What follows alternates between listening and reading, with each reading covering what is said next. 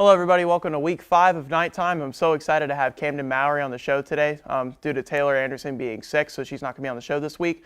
But we're not going to recap a game since we had a bye week last week. We have UCF versus Navy this week, and we had a whole week of college football to talk about, plus this week, so stay tuned.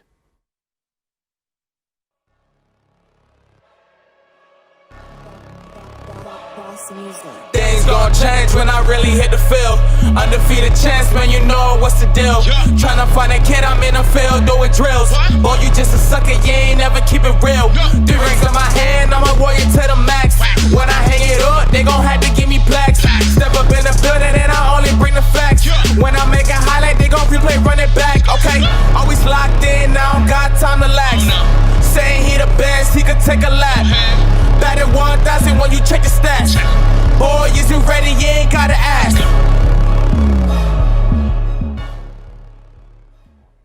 Welcome back to KnightTime, everyone. My name is Camden Mowery, filling in for the sick Taylor. Hopefully she gets back soon. Thank you for having me on, Kyle. No, man, I really appreciate you being on, dude. I mean, you were such a good guest host a couple weeks ago, man. I just had to put you back on, dude. Well, thank you very much. I feel like we're going to disagree today. It's going to be a great segment, but UCF was coming off a bye week. This week we got Navy. Hopefully they cleaned up some things from the heartbreaking loss to Louisville. What do you think about Mikey Keene this week? Oh, Mikey Keene, he's going to be our starting quarterback this week due to Dylan Gabriel breaking his clavicle. He went to Chandler High School. He's a true freshman. He had 43 touchdowns and 8 interceptions in high school and only 2 rushing touchdowns.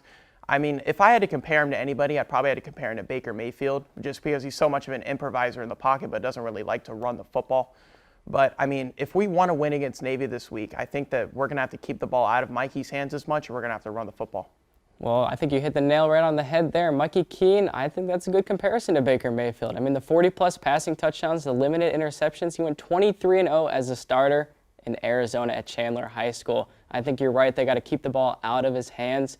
They're playing against Navy. They're going to run triple option. It's going to be limited possessions. You don't want to give the ball away. Hopefully he doesn't make any mistakes, and that'll get the job done this week. Oh, no, absolutely. I mean, we've already touched on Dylan Gabriel being hurt, but last week there was also 5 starters that actually did not finish the game against Louisville. But we also had a bye week in order to rest up. But some of the players that were listed off that ended up being injured were Isaiah Bowser. He had injury problems back in Northwestern, too, so it's not really that much of a surprise. He's questionable this week with a hamstring injury. We also had Ricky Barber that didn't end up finishing the game and Jalen Robinson that didn't end up finishing the game. But both are expected to play this week. Camden, I mean, I was happy that we actually ended up having a bye week to let our teammate get healthy. How about you, man? I believe that Isaiah Bowser is going to be a scratch. I don't think he's going to play. There's still no word yet, but Johnny Richardson ran the ball really well against Louisville in that Friday night game. He had 9 carries for over 100 yards, so it's going to be fine. If there's a game that you want to lose him for, it's this one. I think as long as they keep the ball out of Mikey Keene's hands, Johnny Richardson runs the ball, they're going to be all good. No, absolutely. I mean, especially since it's Navy. I mean, Navy is a conference opponent. It's our first conference game of the season, but I don't think we absolutely need Isaiah Bowser this game. Navy is probably bottom of the barrel in the AAC, along with Eastern Carolina. But, I mean, we have Tevin Coles. We have Johnny Richardson. We don't need Isaiah Bowser this game. But for Mikey Keene, but like you said, keeping the ball out of his hands. We need to keep the ball out of his hands, probably 15 to 20 passes at max. Maybe get some play action passes going. Maybe just to get him for the feel of the game, get him some nice, easy pitch and catch throws. But I think that's about it for Mikey Keene. I don't really seeing a lot of deep shots down the field, especially since we don't really need to. I think we're already going to put up points in the run game anyway. Yeah, I agree with you. I think this is going to be a great game. Navy is 0-3 to start out, which is not good at all. They're going to be angry. They're going to want to come out and get a win. But UCF's angry too. They got 2 weeks before the big Cincinnati game on the road. But I think they're coming off this heartbreaking loss. They didn't forget that pick 6 that Gabriel threw. They want to come back stronger than ever and blow them out. But will they have enough possessions to do it? That's the question. I think that they will have enough possessions to do it. I still see UCF probably putting up plus of 30 points this game, especially since, yeah, Navy has a lot of time of possession, but I don't think they're going to be getting a lot of first downs, especially since we had a bye week to prepare for the triple option. We had 2 weeks instead of just 1. The last time we played against Navy was in last year, and we actually had a short week because we ended up playing because it ended up being after the hurricane, so we ended up playing Navy on a short week. So, and that's why Navy had a lot of rushing yards against us. But we had 2 weeks to prepare for them this time instead of just 6 days. So I do believe that UCF is going to be able to score a lot of points, and we're not going to be giving up a lot of yards.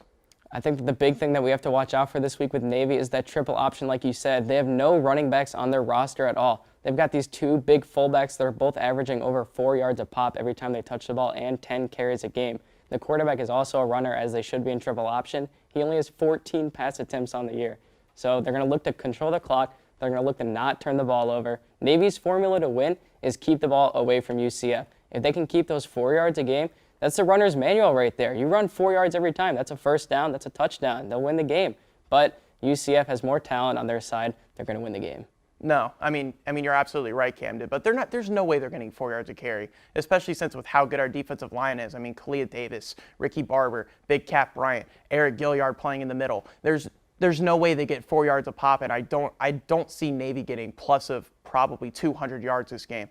There's absolutely no way.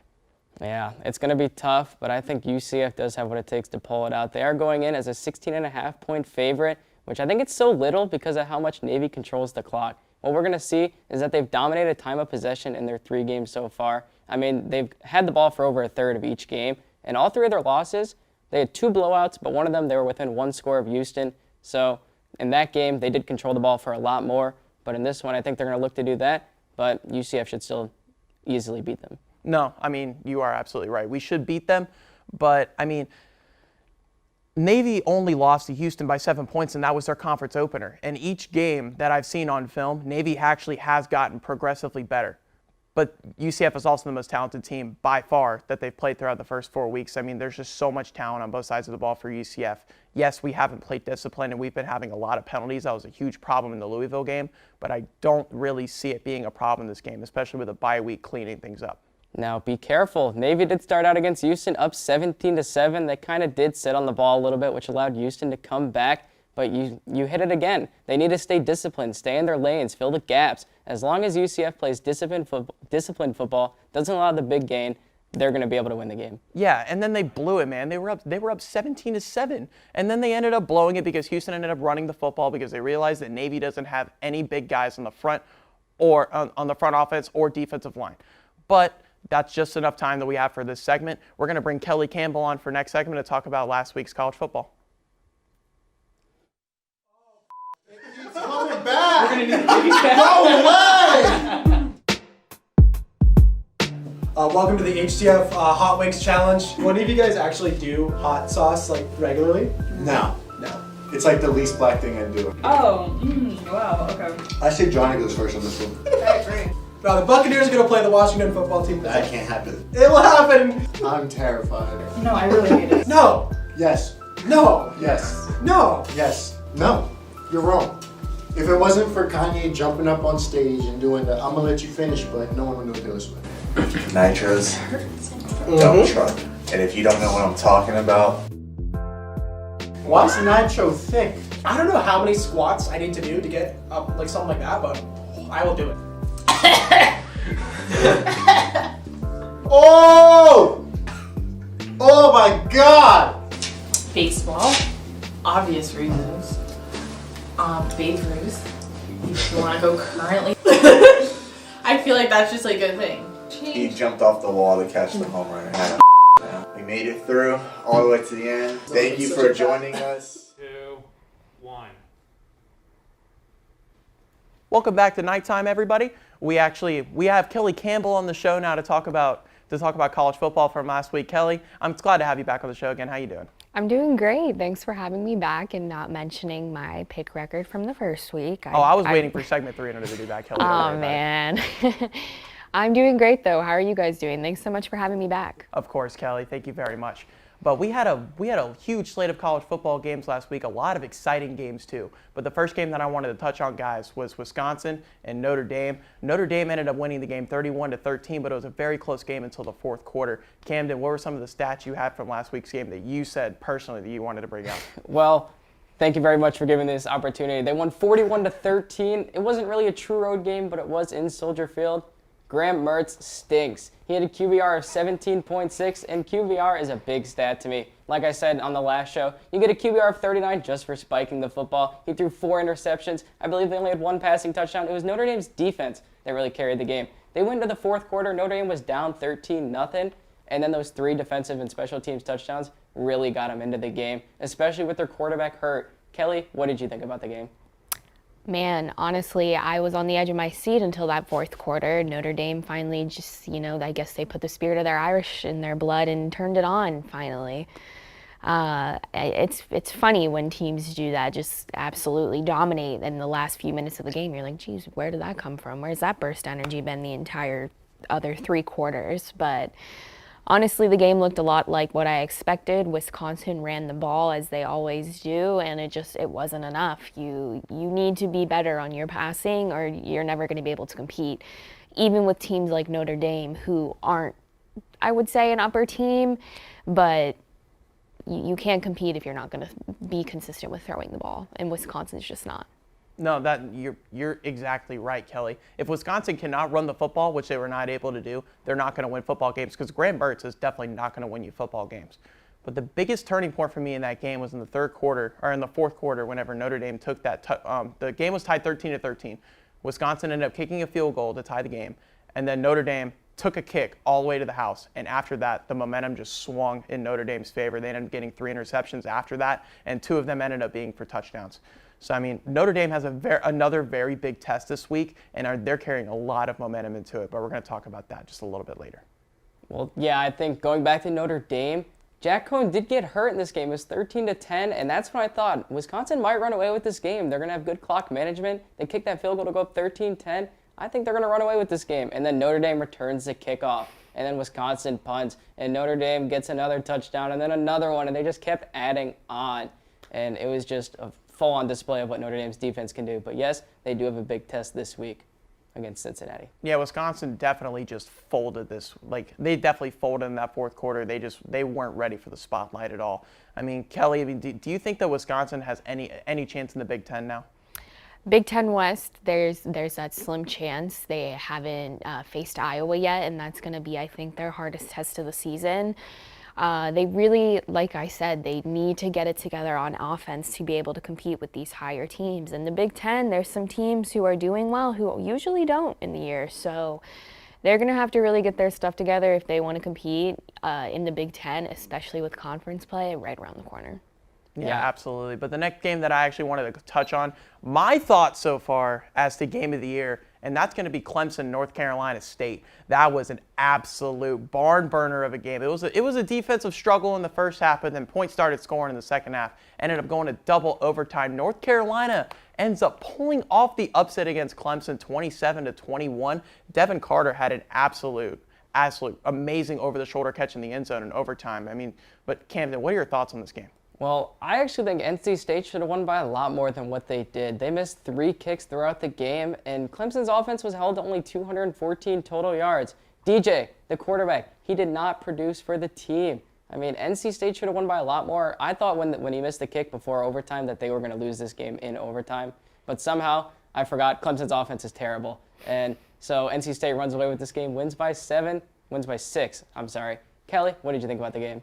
Honestly, Clemson has lost 2 regular season games, and we are only a month into the football season. I feel like a kid waking up on Christmas morning. I think Dabo Swinney, he now knows how the rest of the college football world feels every other year or two. So I'm living for it. But I love a good upset, especially early in the season. And for me, I was just happy for those NC State fans because it was a home game, and that really, those big games, when you beat those big teams, it really just revives the town and brings that spirit back to the game. So I'm really happy for them. No, absolutely. I mean, NC State definitely deserves it. I mean, they're now 3-1 on the season, and they're now ranked 23rd in the country, above Clemson, who's now at 25. But Clemson, I never really would have thought they would have had 2 regular season losses, especially a month into the season. Never. Unless it was other teams that were going up to Clemson's level, not Clemson playing down. But I really think that Clemson is struggling with all the losses they've had on offense and defense, losing Trevor Lawrence, Travis Etienne. But I mean, all they have left from their last championship team was Justin Ross, and he played a phenomenal game. But DJ Uiagalelei, he's just not it, guys. And it's not even like they had a drop off in recruiting. They can't get something together this year, and that's not really excusable coming off of a very successful COVID season. Yeah, the alarm's got to be blaring for Clemson fans. They start out the year with basically a wash to Georgia. That's an okay loss. You win out, you'll still be fine. Your only loss is to Georgia. But then this loss to NC State really kills their chances, and they just have not looked good at all. And they didn't look good against Georgia Tech either, guys. I mean, they only put up 17 points against Georgia Tech. That's just not Georgia acceptable. Tech. I mean, oh my gosh, guys. I think Clemson's in a dumpster fire. I don't even know if they're even going to win the ACC. And I'm here to for be it. honest. I mean, Wake Forest even looks good.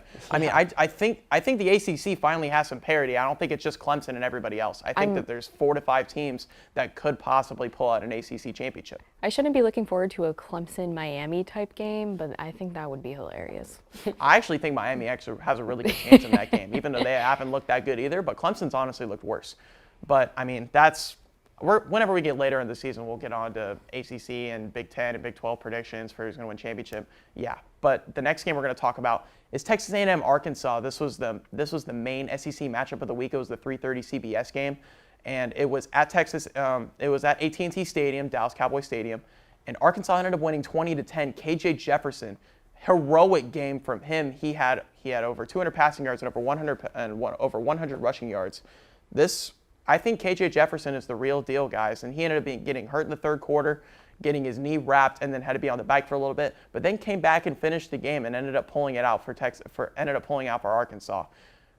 Is Woo Pig alive, guys? Is Woo Pig alive? I mean, they looked really good. They jumped out to a 17-0 lead against Texas A&M. Kyle, last week everyone was giving you hate for that pick, and I was right there for it. I wanted Arkansas to win that game. I really believed that they would, and they did. That terrible tackle on the second touchdown by Arkansas really shows that Texas A&M just did not look in the game. After the 17-0 lead, they kind of sat on the ball a little bit, but still, this game was never close. Kelly, what did you think about this game? Guys, now let's slow down, okay? Because I'm excited more than anyone to see an SEC team that's usually a bottom eater doing well.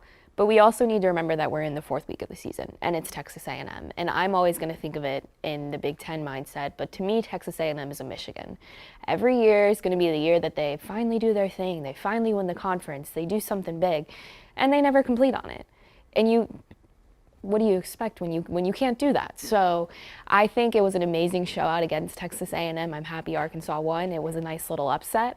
Or I guess upset if you're looking at the betting odds. I don't know. I give all the credit to Jimbo Fisher for that reason why they're at Michigan. Jimbo Fisher knows how to recruit, but he can never pull it off in the big time. And I mean, we're seeing it now. I mean, Texas A&M had to play their backup quarterback in this game, and that might be the reason why they only put up 10 points. But Isaiah Spiller couldn't even get it going either. I mean, he only had 50 rushing yards. Arkansas's defense really proved the point. I mean, they still got to play Ole Miss, and they still got to play Alabama. And they still got to play LSU. They still got to play a lot of these schools.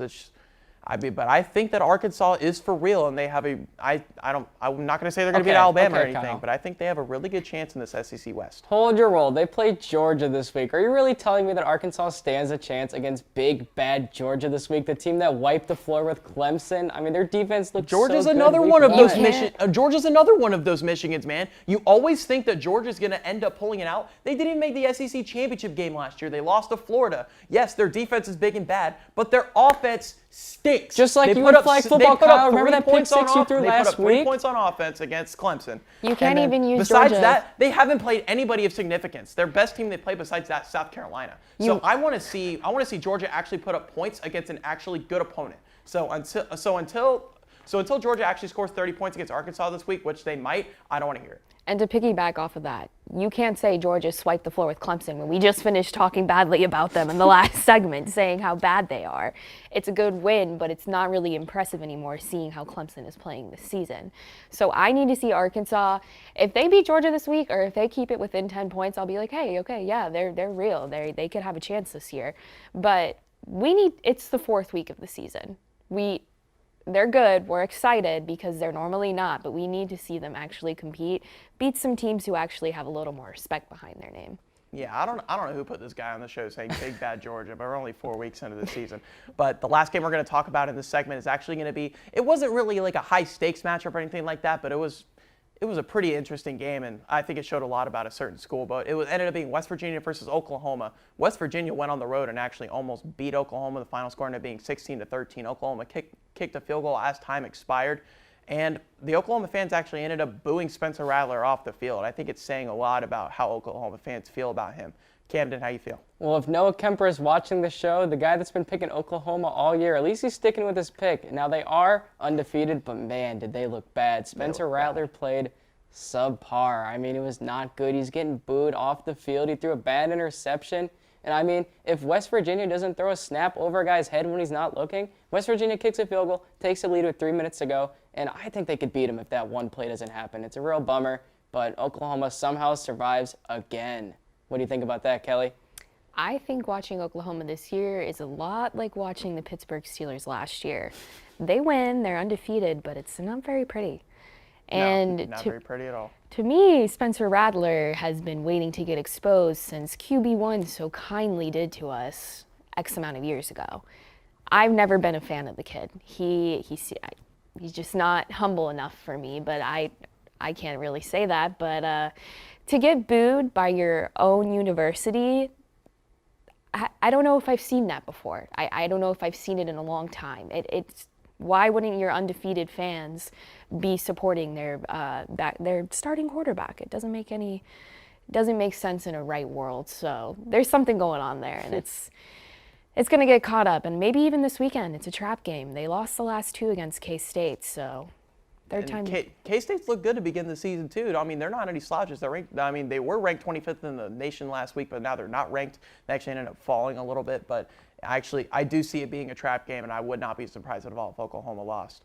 But the last thing I'll say about Spencer Rattler is I've said it from the beginning of the season. Spencer Rattler is not it. I did not understand why people thought he was going to be a Heisman contender. No he shot. had 4 passing touchdowns and 350 yards against a 4-string Florida Gators team that did not want to play in that All-State Sugar Bowl last year. So I've never been a believer of Spencer Rattler. I honestly never will. But that's just about enough time we have in our segment, guys. We're going to come back and give our primetime picks of the week. Here's the story of a show creator who was gearing up to form a bigger crew. One's a California guy, A god of graphics. One hosted Girls on Deck.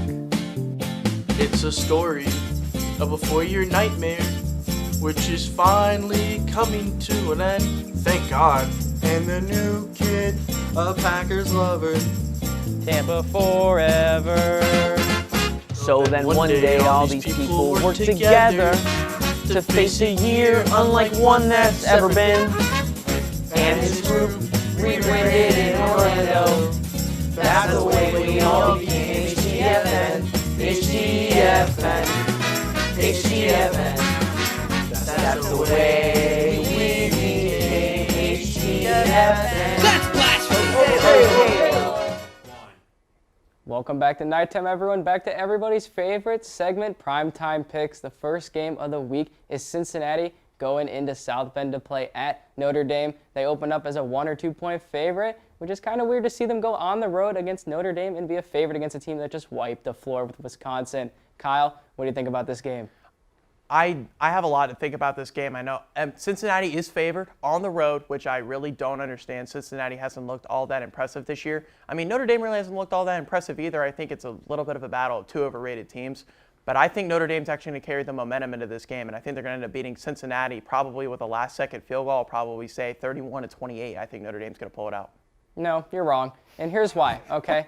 Notre Dame is going to be brought back to reality. Like I stated about the Notre Dame-Wisconsin game, they were about a quarter away from losing that football game. If they don't get those 3 defensive special teams touchdowns, this is a way closer game than people think. Notre Dame is still overrated. Cincinnati is going to get the biggest win for a Group of 5 school in forever. This is going to be a defensive battle, and they're going to win the game 23-20. Kelly, what do you think? Cam, here's what you're forgetting.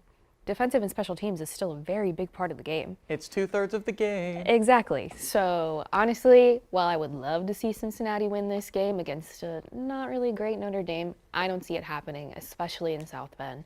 I'm going Notre Dame 38-21. Wow. I just think that Kelly's going to end up copying my picks because she knows that I actually end up picking better than her after her 2-2 week 2 performance on Nighttime. Okay, but the next game we're sample going to end up size. picking is Arkansas versus Georgia, probably the biggest, actually the second biggest SEC matchup of the week.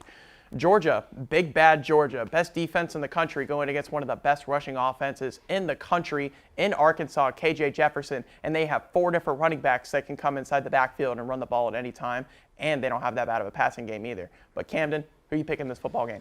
Boy, I would really like to see Arkansas win this. I know I just talked about Georgia and how great they were, but seeing Arkansas win this game would shake up the SEC more than people know. After being the bottom feeders the last couple years, this would be great for Arkansas, but I don't think they're going to do this. I do think it's crazy that they're an 18.5-point favorite as of today against Georgia, or against Arkansas, excuse me, but it's going to be a lot closer than that, but Georgia is still going to win this game close, 35-31, closer than people think. Kelly, what do you think?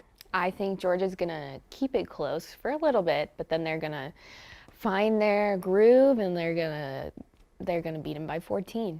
So I'm going to take, I don't think it's going to be a very high scoring game, so I'm going to go Georgia 28-14. This is going to be a very low-scoring game. I just don't think that Georgia's offense has enough firepower, especially with Stetson Bennett under center, and a really good Arkansas defense in order to put up a lot of points. But I don't think that Arkansas is going to put up a whole lot of points either. But I don't have enough confidence to pick Arkansas as of yet. They have a very impressive win against Texas A&M in a neutral site game. But Texas A&M, as we've seen, has been really struggling the past couple of weeks. So it's a really good win, but not a good enough win for them to pick me against Georgia. I think Woo Pig falls this week, 17-13. Take Arkansas to cover the spread though, since it's an 18.5-point favorite. Absolutely agree. They are going to cover. The game is going to be close. The next game that I think we're going to be covering is Wisconsin at home against Michigan. I mean, this game, I don't know how Michigan's coming into this game as an underdog against Wisconsin, who just got the smoke blown out of them. I'm not going to give my opinion yet. Kelly, what do you think about this game? Well, this is fun for you and I because we're big Big Ten people. But personally, I'm going Wisconsin. It's at Wisconsin. Michigan's going to get exposed. They ran 17 run plays in a row last week. In a row. You can't be doing that. You're going to get exposed against a better team like Michigan, like Wisconsin. So I'm going Wisconsin 28-17. Yeah, I'm going to go ahead and take Wisconsin in this game too. I mean, Michigan only beat Rutgers last week 20-13, and they beat a horrible Washington team. And they don't have an impressive win so far this season. I think this is when Michigan finally gets their first loss of the season, 20-13. But Cam, to go ahead and get a quick pick for you, we're running a little bit low on time. Well, I'm glad that I'm going to go against you both. The last time these two teams played, Wisconsin blew them out. It's going to be flipped. Michigan is going to win this game 38-10. Not the Ohio State fan. Oh, picking wow. Michigan. Okay, yeah. Wow. I'm surprised the Ohio State fans going with Michigan. Mm-hmm. But all right, we have two more games to pick real quick. Ole Miss, Alabama, battle of the two Heisman favorites, Matt Corral, Bryce Young. We're going to Bryant-Denny Stadium. This might be the biggest game of the SEC so far this year. Go ahead, Camden. Bama by 100. Bama 38-14. Bama 49-21. It's not going to be close. Yeah, no, I don't believe in much in Ole Miss just yet. Lane Kiffin. I mean, we see how coaches that coach with Lane Kiffin end up playing. I mean, coach with Nick Saban end up playing against. So I'm going to go ahead and take Alabama 42-14. UCF Navy, real quick. Oh, come on. UCF's going to beat them. It's going to be low scoring, 27-10. 38-17. I'm going to give the freshman a little bit of my confidence and hope that he doesn't understand that it's nervousness. UCF keeps the 30 points per game streak alive. I'm going to go 35-10. UCF wins. But that's enough time for night time this week, and we're going to see you guys next week, and hopefully Taylor Anderson will be back.